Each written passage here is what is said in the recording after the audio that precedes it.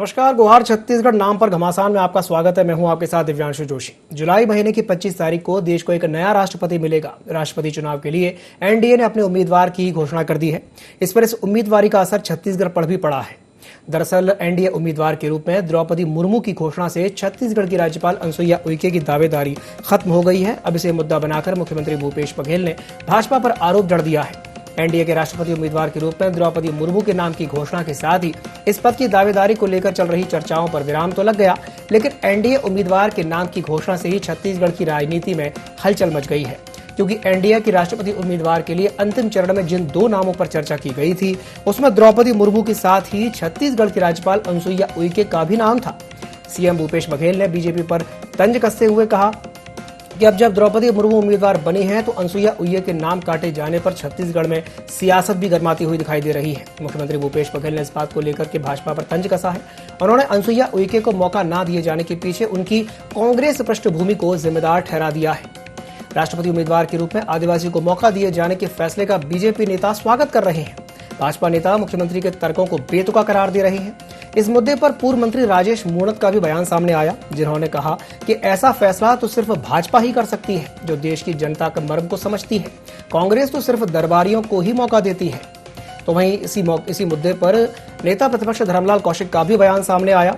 नेता प्रतिपक्ष धर्मलाल कौशिक ने इसका स्वागत किया है। उन्होंने कहा कि राष्ट्रीय नेतृत्व को आदिवासी महिला को मौका देने के लिए मैं आभार प्रकट करता हूं। उन्होंने आगे ये भी कहा कि द्रौपदी मुर्मू के लंबे अनुभव का लाभ पूरे देश को मिलेगा।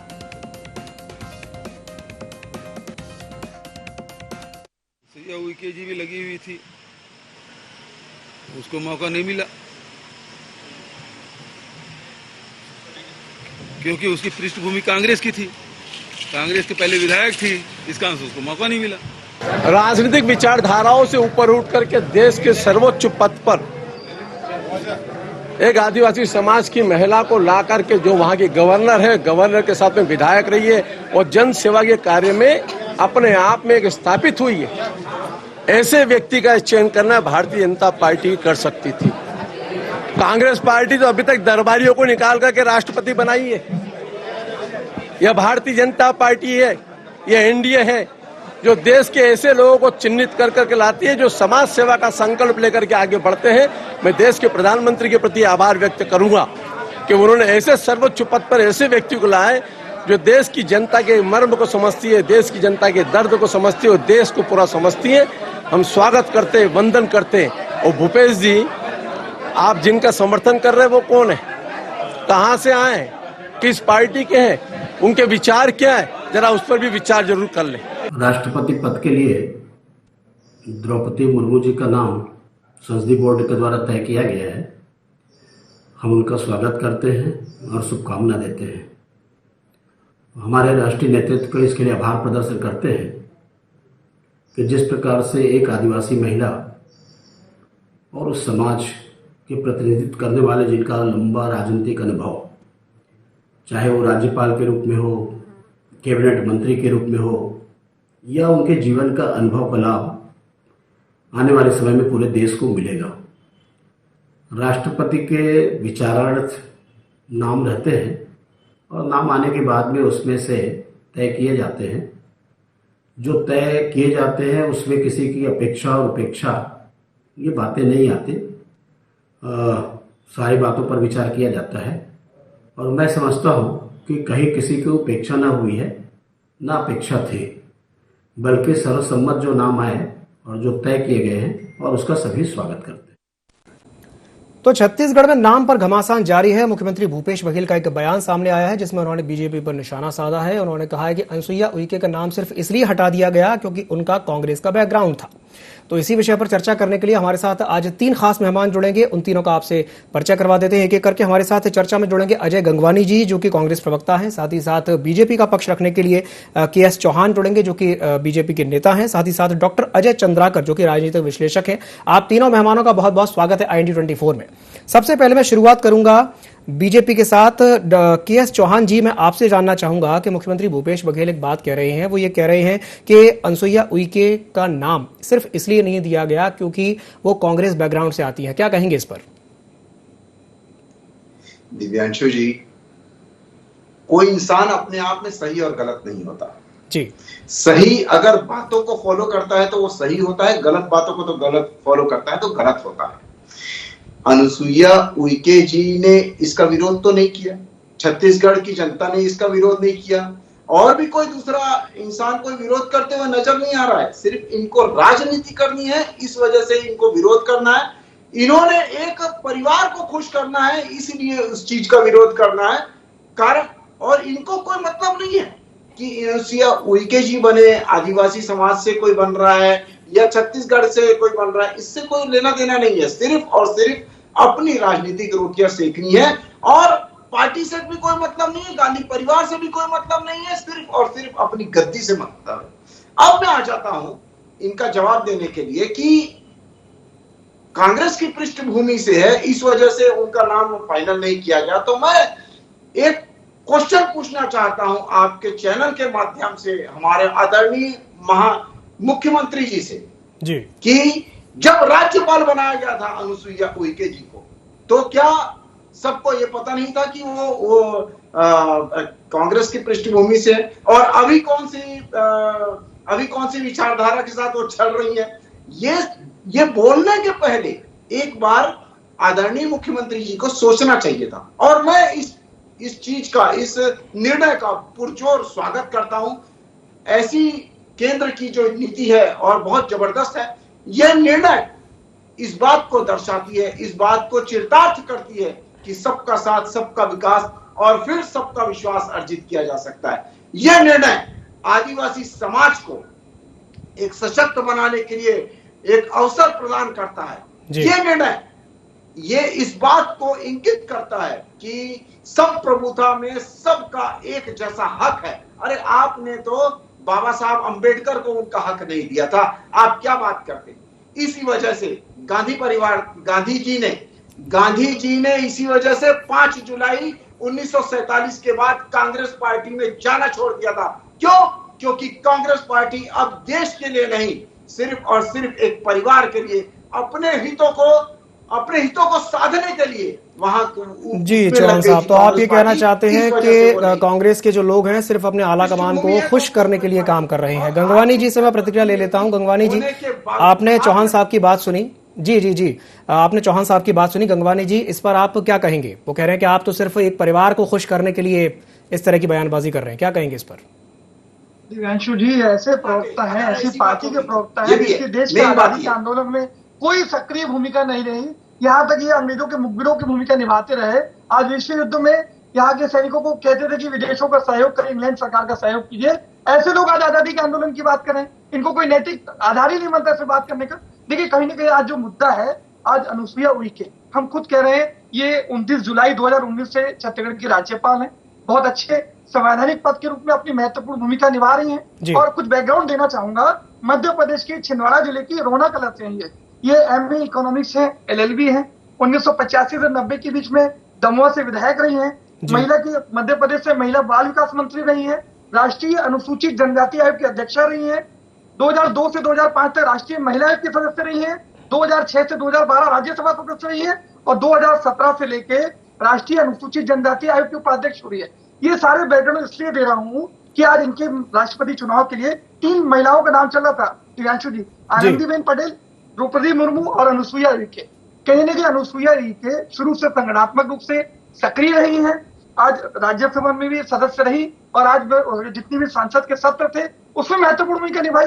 तो कहीं ना कहीं हमारा प्रश्न इस बात का है कि आज द्रौपदी मुर्मू को क्यों अनुसुईया उइके पर प्राथमिकता देकर राष्ट्रपति बनाया जाएगा? तो कहीं ना कहीं जब अनुसुईया उइके यहाँ की राज्यपाल है, एक अच्छी सक्रिय भूमिका निभा रही है, मेरे अच्छे मित्र चौहान जी को समझना पड़ेगा, राज्यपाल का पद अलग है और राष्ट्रपति पूरे देश के संवैधानिक सर्वोच्च पद है, दोनों की नियुक्ति बहुत अलग होती है। और सबसे बड़ी चीज देखिए कि आज आपको गणित समझना पड़ेगा, राष्ट्रपति चुनाव के लिए कुल वोट है 10,69,000 79,000। इनको वोट चाहिए 5,39,500 वोट। वर्तमान में एनडीए के पास कुल वोट है 5,26,420 वोट, मतलब कहीं ना कहीं 13,000 वोटों की आवश्यकता है। और 13,000 वोटों के लिए आज एनडीए किसकी तरफ देख रही है? इनके पास 2 ऑप्शन है, एक वाईएसआर के पास 43,000 वोट है और बीजेडी जिसके बाद 31,000 से ज्यादा वोट है। अब मुख्य प्रमुख पे आता हूं, आज कहीं ना कहीं बीजेडी के बिना या बिना वाईएसआर के सहयोग के बिना ये राष्ट्रपति चुनाव नहीं जीत सकते। और कहीं ना कहीं ये हमेशा भारतीय जनता पार्टी ने सिर्फ और सिर्फ सत्ता की लोलुपता के लिए किया है। कभी भी सामाजिक आर्थिक न्याय इनकी प्राथमिकता नहीं रही। कहीं ना कहीं मैं अंदर की बात जो मुझे महसूस होती है, बीजेडी के प्रभाव के कारण, उनके दबाव के कारण आज न कहीं जो उड़ीसा की हमारी द्रौपदी मुर्मू है उनको राष्ट्रपति का उम्मीदवार बनाया गया है, क्योंकि वो झारखंड की पूर्व राज्यपाल थी। अनुसुईया उइके उनसे बेहतर अनुभव रखती है, उनसे बेहतर राजनीतिक दायित्व रहा है। तो गंगवानी जी, गंगवानी जी आप ये कहना चाहते हैं, गंगवानी जी आप ये कहना चाहते हैं कि अनुसुईया उइके द्रौपदी मुर्मू जी से ज्यादा योग्य हैं, क्या आप ये कहना चाहते हैं? देखिए, मैं नहीं कहना चाह रहा हूँ, लेकिन कहीं ना कहीं मेरे को बस यहाँ के.एस. चौहान जी भारतीय जनता पार्टी के प्रवक्ता बैठे हैं, मुझे ये बताइए कि अनुसुईया उइके को छोड़कर आपने द्रौपदी मुर्मू की जो प्राथमिकता देने का कारण क्या है, इस बात को स्पष्ट करना चाहिए। और देखिए, कहीं ना कहीं आज ये सत्ता की लोलुपता के लिए काम कर, इस बात से स्पष्ट है। दिव्यांशु जी, कुल जो लोकसभा की सीटें हैं वो है 543, जिसमें 47 सीटें आदिवासी समाज के लिए रिजर्व है। उसके अलावा 60 से अधिक सीटें हैं जहां पे सीधा सीधा आदिवासी समाज का प्रभाव है। इसके अलावा मध्य प्रदेश, झारखंड, गुजरात, राजस्थान, छत्तीसगढ़, यहाँ पे आदिवासी समुदाय का बाहुल्य है। और कहीं ना कहीं ये हमेशा है चुनावी मोड में काम करते हैं। तो राष्ट्रपति चुनाव में भी कहीं ना कहीं आने वाले चुनाव को लेके संपर्क समीकरण साधने का प्रयास करते हैं, क्योंकि सामाजिक आर्थिक न्याय से कभी इनका कोई सरोकार रहा ही नहीं। आज छत्तीसगढ़ की बात करूं दिव्यांशु जी, आज बस्तर की पूरी 12 आदिवासी सीटें हमारे पास है। कुल 29 में से 25 आदिवासी सीटें हमारे पास है। लगातार ये 15 सालों तक आदिवासी समाज के साथ धोखा करते रहे। आदिवासी घर के जर्सी गाय देने की बात तो अजय जी आप ये कहना चाहते हैं कि सिर्फ आदिवासियों को खुश करने के लिए द्रौपदी मुर्मू जी को राष्ट्रपति पद का उम्मीदवार बीजेपी ने घोषित किया है। मैं इस पर प्रतिक्रिया लेना चाहूंगा। हमारे साथ डॉक्टर अजय चंद्राकर जी जुड़े हुए हैं। डॉक्टर साहब, मैं आपसे जानना चाहूंगा कि अभी आपने अजय गंगवानी जी की बात सुनी, उनका कहना यह था कि बीजेपी ने सिर्फ और सिर्फ आदिवासियों को खुश करने के लिए द्रौपदी मुर्मू का नाम आगे बढ़ाया है। आप उनकी इस बात से कितना इत्तेफाक रखते हैं और इस पर क्या कहेंगे? डॉक्टर चंद्राकर जी, आपका प्रश्न बहुत ही बढ़िया है। जी जी, दिव्यांशु जी, आपका प्रश्न बहुत ही बढ़िया है, धन्यवाद। देखिए, द्रौपदी जी का जो चयन किया गया है बीजेपी के संसदीय बोर्ड में, नाम तो अनेक थे। उन नामों में अनुसुईया उइके जी भी थी और द्रौपदी जी भी थी जी। लेकिन गुजरात से बंगाल को जोड़ने वाली एक पट्टी है और उस पट्टी के बीच में, जैसा कि बीजेपी प्रेसिडेंट नड्डा जी का जो स्टेटमेंट रहा, वो बोले भारत के पूर्वी क्षेत्र से जी, यही वो पट्टी है जो गुजरात से बंगाल को जोड़ती है। गुजरात में तो एक अभेद दुर्ग के रूप में बीजेपी स्थापित है जी, लेकिन बंगाल के किला को फतह करने की उनकी एक हसरत है। ये राजनीति है प्रत्याशी चयन में जी। और पूरे उसके बाद एक महिला, अब वो भी भारत में पहली बार एक आदिवासी महिला। अब ये पूर्वी क्षेत्र जो है, अजय गंगवानी जी भी कह रहे हैं, वो भी ठीक कह रहे हैं, भूपेश जी भी घूम करके जो स्टेटमेंट दे रहे हैं वो छत्तीसगढ़ के आदिवासियों तक का ही उनकी दृष्टि है। लेकिन मैं आपसे शेयर करना चाहूंगा कि 2011 के सेंसस में 8.6% आदिवासी समाज है, लेकिन छत्तीसगढ़ में 30.62% जी, तो मध्य प्रदेश में 0.9% या उड़ीसा में 22.85%, झारखंड में 26.21%, गुजरात में 14.75%, राजस्थान में 13.4% और असम में 12.4%, इवन महाराष्ट्र में 9.35% और अरुणाचल प्रदेश के साथ ही साथ त्रिपुरा के बाद मेघालय, ये बड़ा आदिवासी बेल्ट है जी। लेकिन जब संख्या की बात आती है दिव्यांशु जी, तो संख्या की जब बात आती है तो ये कभी कभी ये 8.6% वोट भले ही एक प्रतीक के रूप में हो, लेकिन बीजेपी यहां पर राष्ट्र को यह संदेश देने में सफल रही कि वो पहली बार एक आदिवासी महिला का चयन की है और पूर्वोत्तर क्षेत्र में उनका कंसंट्रेशन है भविष्य की राजनीति के लिए। जी, बिल्कुल सही कहा आपने। बीजेपी ये संदेश देने में सफल रही है, बड़ा संदेश देने में सफल रही है। मैं इस पर प्रतिक्रिया लेना चाहूंगा अजय गंगवानी जी से। अजय जी, अभी आपने डॉक्टर अजय चंद्राकर जी की बात सुनी, उनका कहना यह है कि बीजेपी एक बहुत बड़ा साफ और स्पष्ट संदेश देने में सफल रही है। कांग्रेस अब तक ये काम क्यों नहीं कर पाई, क्या कहेंगे इस पर? देखिए, कहीं ना कहीं मैंने स्पष्ट रूप से कहा दिव्यांशु जी, 2024 में जो चुनाव होने वाले हैं, आज देश में जो बढ़ती महंगाई, बढ़ती बेरोजगारी, गिरती अर्थव्यवस्था, जो विपरीत हालात हैं। आज देखिए कहीं ना कहीं अग्निपथ योजना की बात करूं दिव्यांशु जी, आज जिस युवा के लिए, जिस छात्र के लिए आज केंद्र की मोदी सरकार दावा करती है कि उनको रोजगार देने के लिए, आज वही रोजगार जो युवा है, वो छात्र है, आज वो सड़कों पे है। आज पंजाब हरियाणा में छात्र सुसाइड करते हैं, तेलंगाना और अन्य राज्यों में पुलिस मुठभेड़ में युवा मारे जाते हैं। तो कहीं ना कहीं आज इसकी जिम्मेदारी कौन लेगा? आज लगातार इनके द्वारा निर्णय थोपे जाते हैं। पहले नोटबंदी की बात करूं, बोले काला धन वापस आएगा, 99% से ज्यादा धन वापस आ जाता है। 50 दिन में 60 संशोधन किए जाते हैं। उसके बाद जीएसटी लागू किया गया व्यापारियों के हित के लिए, आज व्यापारी लगातार विरोध करते रहे। 10 महीने में 376 संशोधन। उनको अपनी बात पूरी करने दीजिए चौहान साहब, उनको अपनी बात पूरी करने दीजिए। जी जी जी। उसके बाद सीए लाया गया, 2.5 साल तक उसके लिए कोई कानून नहीं बनते। तो ये कहीं ना कहीं केंद्र की मोदी सरकार का चरित्र बन चुका है कि बिना किसी विपक्ष से सलाह से, बिना किसी संगठन से, बिना किसी रक्षा मंत्रालय से इस प्रकार के निर्णय देश की जनता पे थोपते हैं। आज कहीं ना कहीं देखिए कृषि के काले कानूनों की बात करूं, लगातार ये जाहिर किया गया कि किसानों के हित में है, वो लगातार विरोध करते रहे। उन्हें नक्सली, आतंकवादी जैसे शब्दों से सम्मिलित किया गया। अंत में 750 जो है परिवारों ने एक सदस्य को खोया।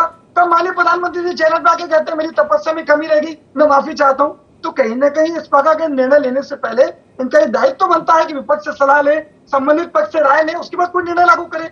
और कहीं ना कहीं मैंने देखा कि हमेशा भारतीय जनता पार्टी सिर्फ और सिर्फ चुनावी मोड पर काम करती है। आज कहीं ना कहीं आदिवासी समाज में इनका प्रतिनिधित्व तो बहुत कम है। आज देश की पूरी जो विधानसभा सीटें हैं या सांसदों के चुनाव में देखेंगे तो आदिवासी समुदाय में इनका वो संकल्प कम है। तो कहीं ना कहीं राजनीतिक हितों को साधने के लिए आदिवासी हित की जाहिर की बात कर रहे हैं। जी, तो गंगवानी जी आप ये कहना चाहते हैं कि सिर्फ और सिर्फ राजनीतिक हितों को साधने के लिए बीजेपी ने द्रौपदी मुर्मू जी का नाम आगे किया है। के.एस. चौहान साहब, अभी आपने गंगवानी जी की बात सुनी, क्या कहेंगे इस पर? मैं गंगवानी साहब की बात सोच रहा हूं और उसको मैं जो राष्ट्रपति चुनाव है उससे जोड़ने की कोशिश कर रहा हूं, तो कहीं लिंक नहीं मिल रहा है। आप मुझे सिर्फ ये बता दीजिए कि अनुसुईया उइके जी को अगर नहीं लिया गया है और द्रौपदी मुर्मू जी को लिया गया है तो क्या ये अजय जी उनको अपनी बात पूरी करने दीजिए, एक एक करके अपनी बात रखिए। राष्ट्रपति ने चुनना क्या गलत है? क्या वो संप्रभुता में अपनी जनता का एक हिस्सा नहीं है? क्या आपने 50 सालों में जो आपने क्वेश्चन छोटा सा हमारे प्रवक्ता से, तो क्या द्रौपदी मुर्मू को आपने प्राथमिकता क्यों आप इस चीज का विरोध करते हैं?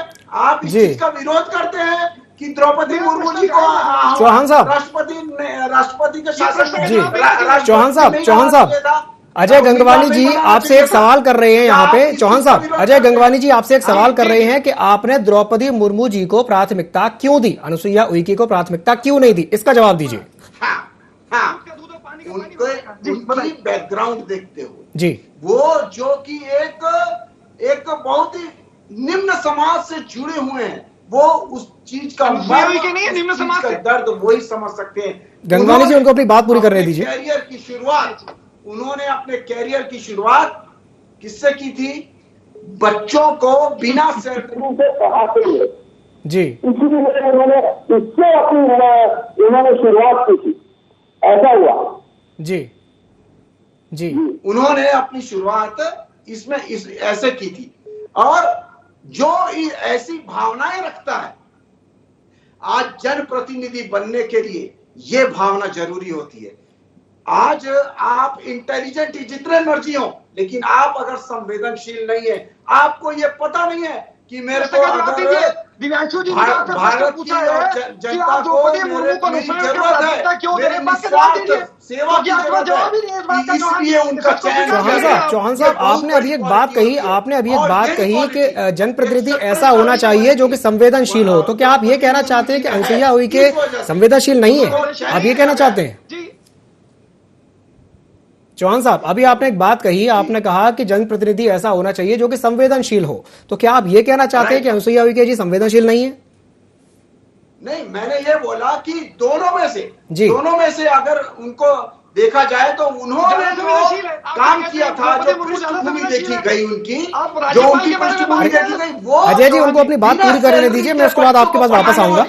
जी, उनको अपनी बात पूरी करने दीजिए। वो सिर्फ एक राजनीतिक नेत्री नहीं है, वो बिना सैलरी के एक शिक्षक है जो बिना सैलरी के बच्चों को पढ़ा रही थी। ये बहुत बड़ी क्वालिटी है। ये जो एक बिना सैलरी के बच्चों को पढ़ा सकता है, वो संवेदनशीलता रख सकता है, एक सर्वोच्च आपके पास पद जवाब ही नहीं है पे चौहान आने जी। के लिए वो एकदम लायक है और उसको आना भी चाहिए, भले वो कोई भी जाति का हो, कोई भी प्रश्न समाज का का जवाब हो। दीजिए, ये नैतिक साहस बहुत दिखाइए बड़ी चौहान क्वालिटी जी, होती है। नैतिक साहस दिखाइए। जो दर्शक जो सुनना चाहते हैं उससे बात बच्चों को नहीं करना संभाल चाहते सकता हैं। है, वही देश को यही आपके संभाल सकता चरित्र है। वो आप भावना ये कह रहे हैं कि जो उनके बच्चों को अंदर संभाल सकता है वो देश को भी जो संभाल भावना सकता जो है। उनके देश को अंदर, संभालेगा। वो अरे दिव्यांशु जी ऐसे ऐसे कारण दे रहे इस हैं, वजह मेरे से को तो इनके उनको सोच पर बनाया हंसी आ गया, रही है। इस वजह से दिव्यांशु उनको जी, उम्मीदवार एक भी बनाया कारण नहीं है गया इनके पास, इस वजह एक से। कारण तो बता दें। मैं आप दोनों के पास वापस आऊंगा। अजय जी, अजय गंगवानी जी, जी। के एस चौहान साहब, मैं आपके पास वापस आऊंगा। मैं एक प्रश्न करना चाहूंगा डॉक्टर अजय चंद्राकर जी से। डॉक्टर चंद्राकर, मैं आपसे ये जानना चाहूंगा कि द्रौपदी मुर्मू जी की जो उम्मीदवारी है उसका छत्तीसगढ़ की राजनीति पर या छत्तीसगढ़ पर कितना असर पड़ेगा, बताइए। देखिए दिव्यांशु जी, पारंपरिक रूप से आदिवासी समाज जैसे पिछड़ा समाज या फिर अगड़ा समाज बीजेपी के साथ जुड़ा, पारंपरिक रूप से आदिवासी समाज नहीं जुड़ पाया था। हालांकि छत्तीसगढ़ में या फिर झारखंड में या मध्य प्रदेश में बीजेपी अनेक वर्षों तक सत्ता में रही है और है जी, ये भी सच है अलग अलग प्रदेशों में। लेकिन यहां पर पूर्व का जो पट्टी है, मेरे दोनों सम्मानी स्नेहिल मित्र लोग अगर नड्डा जी के स्टेटमेंट को ध्यान से सुनते तो एक बार 3 बार वो शब्द रिपीट किए, पूर्वी पट्टी, पूर्वी बेल्ट। और पूर्वी बेल्ट से प्रत्याशी का चयन उनकी निगाह उड़ीसा भी है, झारखंड भी है, छत्तीसगढ़ भी है। और कभी कभी क्या होता है कि चुनावी राजनीति में एक प्रतीकात्मक महत्व, गंगवानी जी उनको अपनी बात पूरी और करने इसके दीजिए। अलावा प्रतीकात्मक महत्व के अलावा मैसेजिंग जो गया है पूरे इंडिया में, वो बड़ी बात है। तुरंत नवीन पटनायक समर्थन कर दिए जी। इवन मेरा दावा है कि झारखंड मुक्ति मोर्चा भी द्रौपदी जी को समर्थन देंगे, क्योंकि जब वहां वो राज्यपाल थी, पत्थरगढ़ी का जब वो वहां पर आंदोलन चला और सिरोन साहब के साथ उनका जो रिलेशन था, जब 5 साल उनका कार्यकाल कंप्लीट हुआ तो प्रोटोकॉल के तहत जितने लोग और बीजेपी के लोग छोड़ने नहीं गए थे उतने लोग झारखंड मुक्ति मोर्चा से गए थे और सुरेन साहब उसको बुआ बोलते हैं, ये रिलेशन है। इसी तरह से हम कह सकते हैं कि टीडीपी का या फिर वाईएसआर जो आदिवासियों की बात करते हैं, उनके लिए अपने निर्णयों के ऊपर पुनर्विचार करना पड़ेगा। तो यहां पर बीजेपी भविष्य की राजनीति को देखते हुए पूर्वी क्षेत्र के पट्टी के ऊपर, मैं अपने स्टार्टिंग उद्बोधन में बोला था कि बंगाल का कुछ क्षेत्र है और बंगाल का फतह उनका एक हसरत है, एक आदिवासी प्रत्याशी के रूप में वो एक मैसेज दी है। लेकिन जब प्रत्याशी का चयन हो गया, भारत में शासन राष्ट्रपति जी के नाम से होता है, बीजेपी में सर्वमान्य है, उसके संसदीय बोर्ड से इसका निर्णय हुआ है। तो यहां पर ये अनेक पदों के प्रत्याशी नहीं, भारत के महामहिम है, तो इनके ऊपर काफी गंभीर चर्चा होनी चाहिए। बिल्कुल गंभीर चर्चा होनी चाहिए। अरे डॉक्टर अजय चंद्राकर साहब, आपने एक बात कही कि द्रौपदी मुर्मू जब नाम आया तो सभी ने समर्थन दे दिया, बीजेपी ने समर्थन दे दिया, क्योंकि वो आदिवासी समाज से आती हैं और आदिवासी समाज से तो अनसुईया उइके भी आती हैं। अगर उनका नाम आगे आता तो क्या समर्थन नहीं मिलता उनको? क्या कहेंगे इस पर? यहां पर देखिए, वो उड़ीसा को बिलोंग करती हैं। मध्य प्रदेश में 21.09% है और उड़ीसा में ये 22.48% है। और उड़ीसा के साथ ही साथ उनकी निगाह पश्चिम बंगाल है, जो एक पट्टी है। इस दृष्टिकोण से बीजेपी यहां पर डिप्लोमेटिक रूप से भी और अपने कह सकते हैं बहुत बड़ा मैसेज राष्ट्र इस आदिवासी समाज को दी है। और आदिवासी समाज को अपने साथ, मैं ये नहीं मानता कि चिंताओं के ऊपर सुरक्षा जो है आदिवासियों का, उनका निवारण हो जाएगा। लेकिन जब बड़े पद पर कोई व्यक्ति पहुंचते हैं तो एक रातों रात चमत्कार नहीं होता, लेकिन एक इम्पैक्ट पड़ता है, प्रभाव पड़ता है। बिल्कुल, एक इम्पैक्ट पड़ता है, एक प्रभाव पड़ता है। आपने बिल्कुल सही कहा। अजय गंगवानी जी, मेरा आपसे एक सवाल और है। पूर्व मंत्री राजेश मूणत ने एक बात कही है कि ये जो बीजेपी ने निर्णय लिया है ये सिर्फ बीजेपी ही कर सकती थी, कांग्रेस तो सिर्फ दरबारियों को मौका देते आई है। इस पे क्या कहेंगे अजय गंगवानी जी? कहीं ना कहीं ये भारतीय जनता पार्टी के नेताओं का प्रवक्ता चरित्र बन चुका है कि झूठ और भ्रम फैलाए। देखिए, अजय चंद्राकर जी की बातों को बहुत ध्यान से सुन रहे थे दिव्यांशु जी, पूरी बातों का मर्म देखिए। उन्होंने एक ही बात बार बार हाईलाइट की कि कहीं ना कहीं पूर्वोत्तर क्षेत्र में जो भारतीय जनता पार्टी का प्रतिनिधित्व तो कम हो रहा है, कहीं ना कहीं राजनीतिक हित का फायदा उठाने के लिए भविष्य में 2024 का जो आने वाला लोकसभा चुनाव है, ये सारे निर्णय सिर्फ और सिर्फ 2024 के जो आने वाले चुनाव है उसमें आदिवासी समाज। चौहान साहब उनको अपनी बात पूरी कर लेने दीजिए, मैं आपके पास आऊंगा, दो टिकट काट के क्यों दे दिया गया? चौहान साहब मैं आपके पास वापस आऊंगा। अजय गंगवानी जी को अपनी बात पूरी कर लेने दीजिए। जी अजय जी बोलिए। जी दिव्यांशु देखिए कहीं ना कहीं स्पष्ट है, अजय चंद्राकर जी की बात से भी स्पष्ट है और मैंने आखिरी भी आपको स्पष्ट, उनको 13,000 वोट कम पड़े राष्ट्रपति चुनाव। चौहान साहब उनको अपनी बात पूरी कर लेने दीजिए, एक एक करके अपनी बात रखिए, मैं आपके पास वापस आता हूँ। इनका साइलेंट कराइए, कहीं फंस चुके हैं चौहान जी, इसलिए आज मैं आपको बोलने का मौका दूंगा। चौहान साहब मैं आपको बोलने का मौका दूंगा, उनको अपनी बात पूरी कर लेने दीजिए। जी गंगवानी जी बोलिए। जी देखिए दिव्यांशु जी, अजय चंद्राकर जी की बातों का पूरा मर्म समझने की कोशिश कीजिए। जी। कहीं ना कहीं पश्चिम बंगाल और पूर्व क्षेत्र की बात कर रहे हैं। आज पश्चिम बंगाल में लगातार संवैधानिक संस्थाओं का दुरुपयोग करने के बाद, ममता बनर्जी के क्लोज लोगों पर ईडी और इनकम टैक्स का छापा लगाने के बाद आज वो सरकार बनाने में सफल नहीं होते। तो कहीं ना कहीं आने वाले 2024 का जो चुनाव है उसमें वो पश्चिम बंगाल और अन्य पूर्वी क्षेत्रों में सिर्फ और सिर्फ अपने राजनीतिक हितों को साधने के लिए, और मैंने स्पष्ट कहा कि इनको 13,000 वोट बीजेपी जनता दल के। जी गंगवानी जी समय की हमारे पास कमी है, समय की कमी है। मैं एक त्वरित प्रतिक्रिया लेना चाहूंगा के.एस. चौहान साहब से। के.एस. चौहान साहब वो कह रहे हैं कि सिर्फ राजनीतिक हितों को साधने के लिए इस तरह का निर्णय लिया गया, क्या कहेंगे? राजनीति तो ये लोग साध रहे हैं, जो राज्यपाल की सीटें, दोनों सीटें, इनको आप चुप कराइए, ये मेरा विषय बोल रहे हैं। गंगवानी जी आपको बोलने का मौका मिला, चौहान साहब को मौका दे दीजिए। जी चौहान साहब बोलिए। मैं ये बोल रहा हूं, ये उन लोग बोल रहे हैं जो राज्यसभा की दोनों टिकटें अपने आकाओं को बेच के आ गए। छत्तीसगढ़ का उनको ख्याल नहीं है, आज वो दूसरी बातें कर रहे हैं।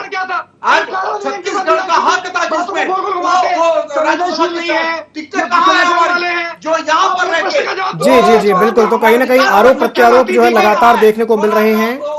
कांग्रेस का कहना यह है कि बीजेपी सिर्फ राजनीतिक हितों को साधने के लिए इस तरह के फैसले ले रही है, और बीजेपी का भी यही कहना है कि कांग्रेस कहीं ना कहीं इस तरह की जो तुष्टीकरण की राजनीति है वो करती आई है। आप तीनों मेहमानों का हमारे साथ जुड़ने के लिए बहुत बहुत धन्यवाद। चूंकि समय की हमारे पास कमी है, तो आज जिस विषय पर हमने चर्चा की है, मुख्यमंत्री भूपेश बघेल ने एक बड़ा बयान दिया। उन्होंने ये कहा कि अनसुईया उइके का नाम आगे नहीं किया गया, बल्कि द्रौपदी मुर्मू का नाम आगे किया गया, सिर्फ इस वजह से क्योंकि अनसुईया उइके का जो बैकग्राउंड है वो कांग्रेसी है। तो वहीं इसे लेकर के बीजेपी ने उनके इस आरोप को सिरे से खारिज कर दिया, नकार दिया और कहा कि अपेक्षा और उपेक्षा जैसी तो कोई बात ही नहीं है। तो गोहार छत्तीसगढ़ में फिलहाल के लिए इतना ही। मुझे दीजिए इजाजत और आप बने रहिए IND24 के साथ। नमस्कार।